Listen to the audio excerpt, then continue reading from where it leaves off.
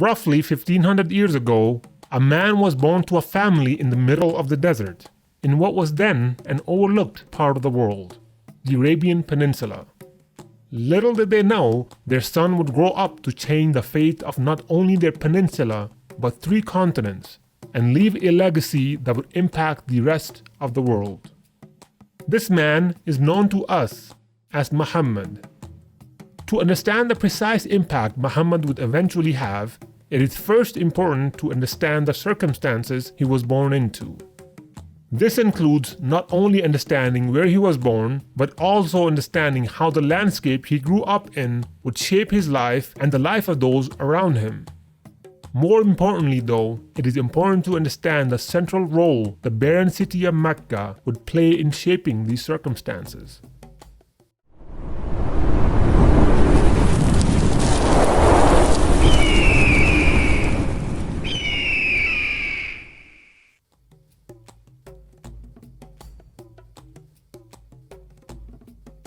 The Arabian Peninsula, where Muhammad was born, was dominated by desert and steppe areas, with little arable land and even fewer natural resources.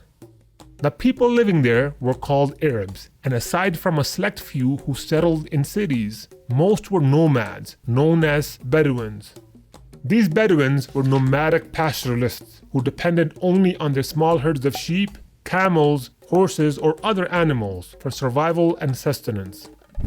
Because of the harsh climate they lived in, they frequently moved around in search of water and pasture for their livestock. Although development was hindered within the peninsula due to the harsh climate, it was surrounded by thriving civilizations. In the north, it was bordered by the 2 superpowers of the day, the Eastern Roman Byzantine Empire and the Persian Sassanid Empire, both of whom had Arab client states. Nevertheless, these superpowers never tried to conquer the whole peninsula because of the little perceived benefit.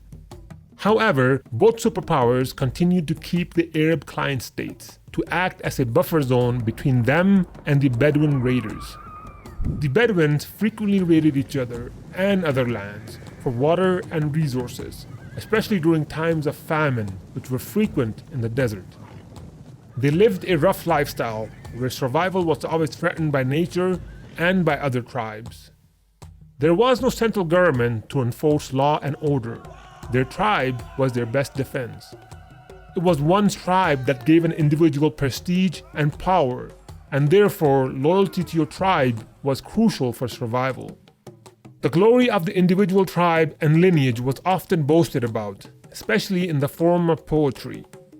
Naturally, for the same reason, they were fierce against hostile tribes, and rivalries between tribes would sometimes last for generations. They also had no highly developed written language or literature, no feats of architecture, and no form of central government or authority. To most others, these Arabs were known as barbarians. Despite all this, they did have really strong values and codes of conduct. They despised lying and they were sincere in their oaths. And even though they were ferocious against their enemies, they were very hospitable to their guests, even if it meant the guest was their enemy. Above all, they were loyal, especially so amongst their own tribesmen. Although they were not necessarily considered unified people, there was one force that brought them together every lunar year. Located within the central city of the peninsula, the city of Mecca, this force was called the Kaaba. Despite small pockets of Jewish, Christian, and Zoroastrian populations, most of the Arabs were idol worshippers and superstitious in nature. They did believe in one supreme God, but they also believed in idols that acted as intermediaries between them and God. Each major tribe had their own patron idol as their intermediary, and they each housed their idol in the Kaaba. They believed these intermediaries, or daughters of God, would intercede on their behalf because they themselves were too impure.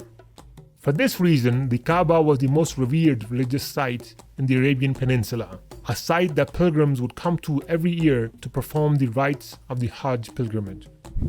But where did the Kaaba come from, and how did it become the center of religious activity in the peninsula?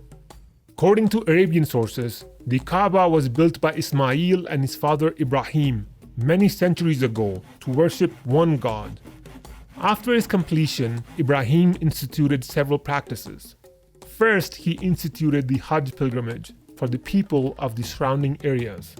Second, he declared 4 months, 2 of them surrounding the hajj season, to be sacred, where all hostilities must come to a halt. Lastly, he declared the Kaaba and the surrounding area to be sacred land, where no violence could take place. It is believed that the Arabs practiced monotheism for a period of time after Ibrahim, until a respected chief named Amr ibn Luhail introduced his people to idols imported from Syria. This slowly began the introduction of paganistic practices and superstition amongst the Arabs. Although these paganistic practices overtook most religious activities, the Arabs still respected the 3 practices instituted by Ibrahim: the Hajj pilgrimage, the 4 sacred months, and the sanctity of the land around the Kaaba. Unlike the Arabian cities in the north and the south that bordered major trade routes and had some arable land, Central Arabia, including Mecca, had little to no arable land and resources. This is where the religious practices worked favorably for the city of Mecca.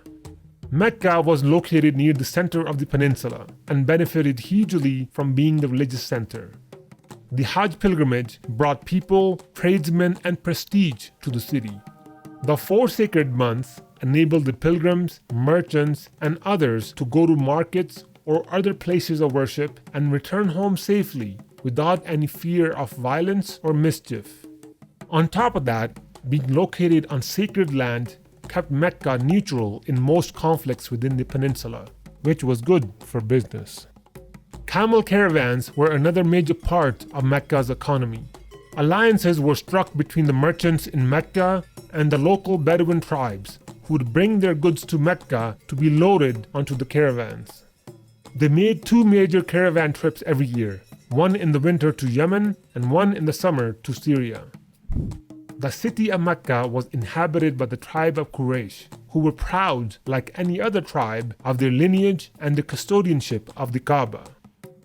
But who were the Quraysh, and how did they become the leaders of this influential city? The Arabs were divided into 2 major groups: the pure Arabs and the Arabized Arabs.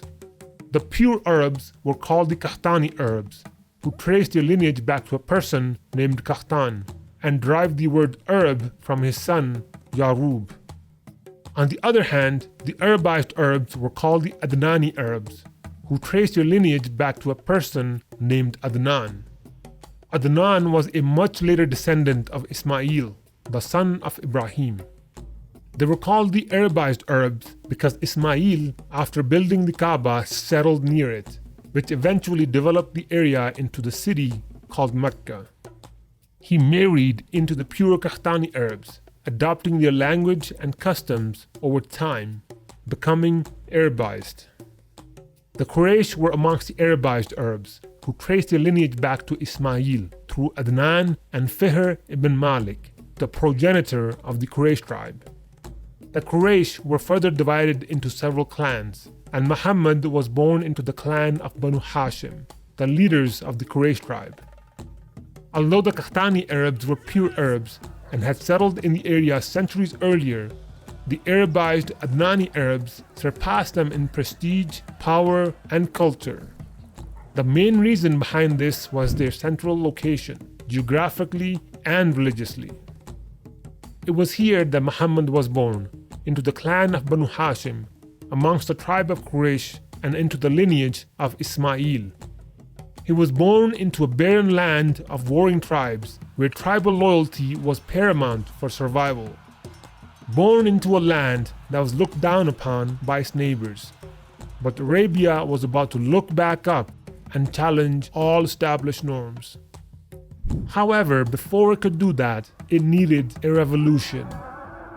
And Muhammad was going to give it one.